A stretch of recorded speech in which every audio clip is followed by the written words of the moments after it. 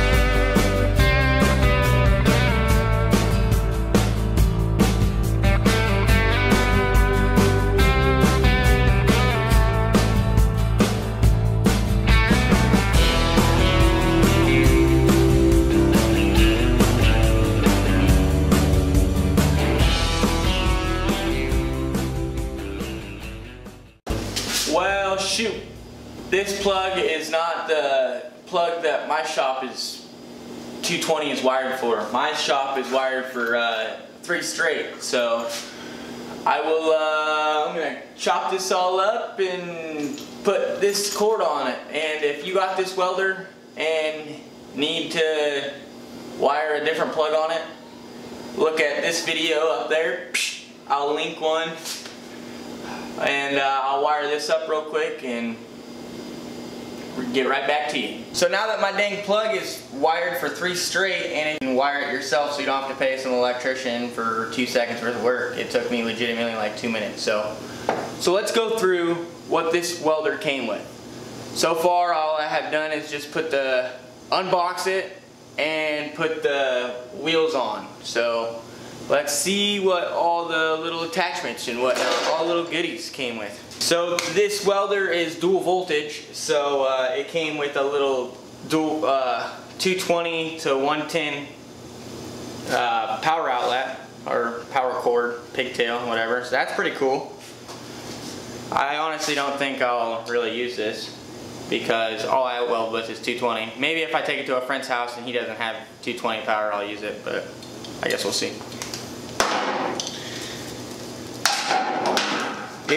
It came with this ground clamp. It's really firm spring. It seems like really thick gauge wire. I'm actually really pleased with this. I'll give this an A.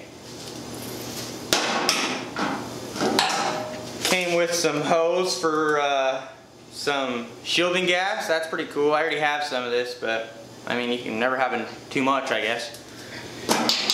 And then this is also a stick welder, so it came with a stick electrode holder. So, I mean, the spring on this, just like the ground clamp, it looks nice, feels nice, seems durable, has a really thick lead. Usually welders gimp out on stuff like this and get really skinny leads, but this is real thick, heavy duty stuff, so it'll be durable and hopefully last over time. It also came with a flow meter, so that's kind of cool. It's an individually boxed flow meter for well packaged, so it doesn't get damaged in shipping because these things are pretty fragile. Seems like it's pretty good. I guess I'll review it as we go along. Last but not least, the MIG gun.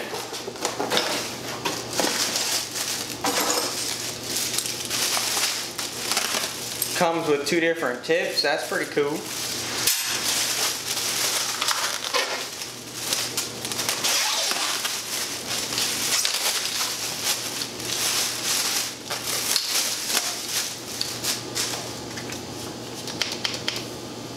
Sweet!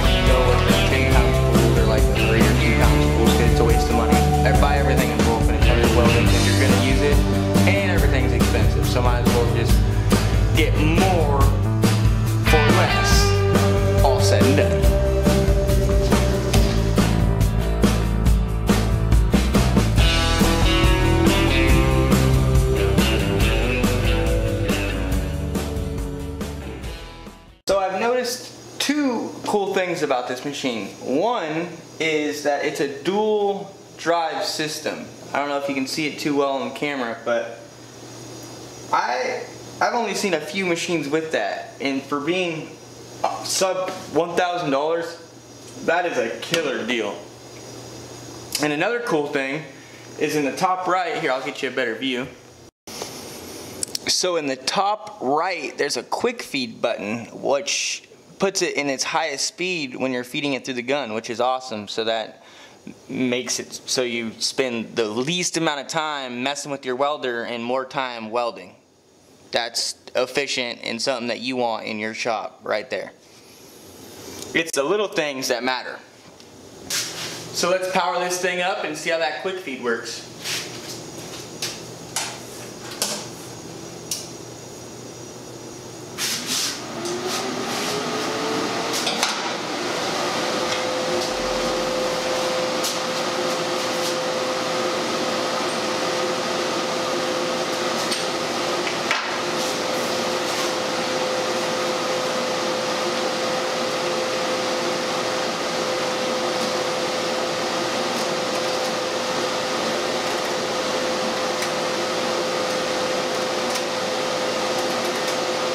Read any manual or anything. This is legitimately the first time I've messed with this welder at all, and let's see if I can figure it out. So that's going to be stick function or wire function, so I'm going to put that in wire for now. And we're going to use a MIG gun, not a spool gun. It's kind of hard to see, but so far this the button layout is super simple. We have wire speed knob over here, and we have bolts over here. We'll just do like 22 volts and like 300 inches, and we'll see how bad that setting is. So I'm still on those crazy settings. I don't even know if that's going to be remotely accurate, but this is just some dirty old scrap metal that's just laying around the shop, and this is legitimately the first weld that the AHP Alpha MIG has put out at Chance Pads. Let's see how we do. Well, we must have did something wrong because it didn't even spark. Take two.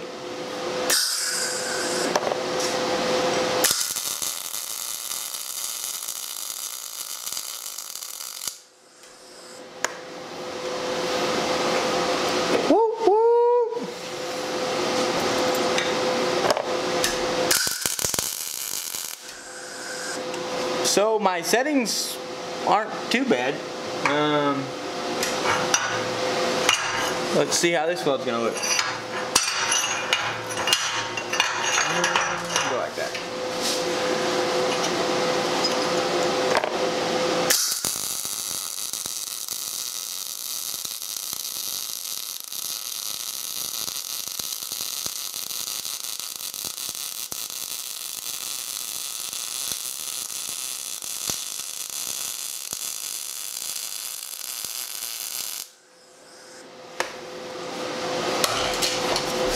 So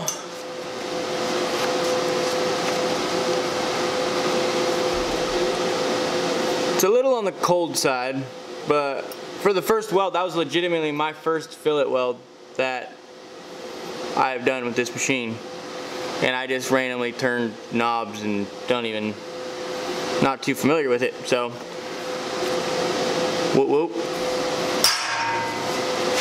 To switch it to its stick mode, all I did is hit this button and move it from MIG to stick, and then it cycles through and comes to this, and I'm going to be welding with some 1/8 inch 7018, so I'm going to be 110 amps, we'll go like 112, why not? First MIG weld went well. Let's see the first stick weld.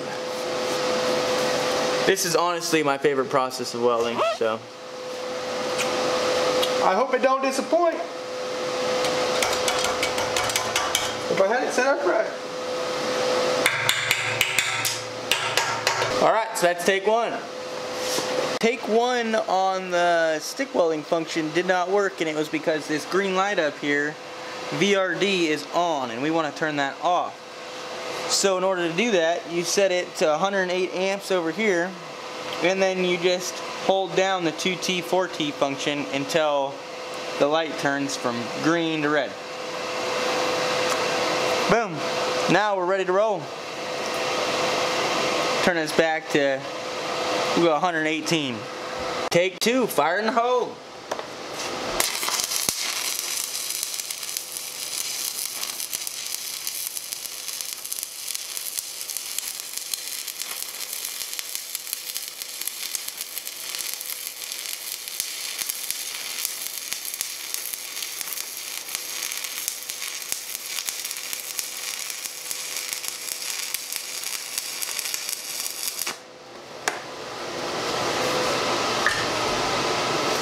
So it felt good. Let's see what it looks like.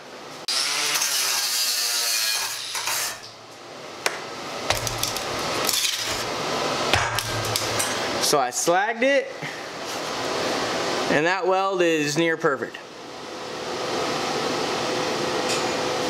So this thing stick welds really good, or just the welder stick welds really good. Just fun. So overall, I'm very pleased with this welder. All the attachments were of good quality, and the welder itself looks nice. I've already dropped a tool on it, didn't even scratch it. Welded nice, looks nice. Comes with little wheels. Comes with a storage tank. So big thumbs up from Chance Fabs, and I approve this welder. Woo woo!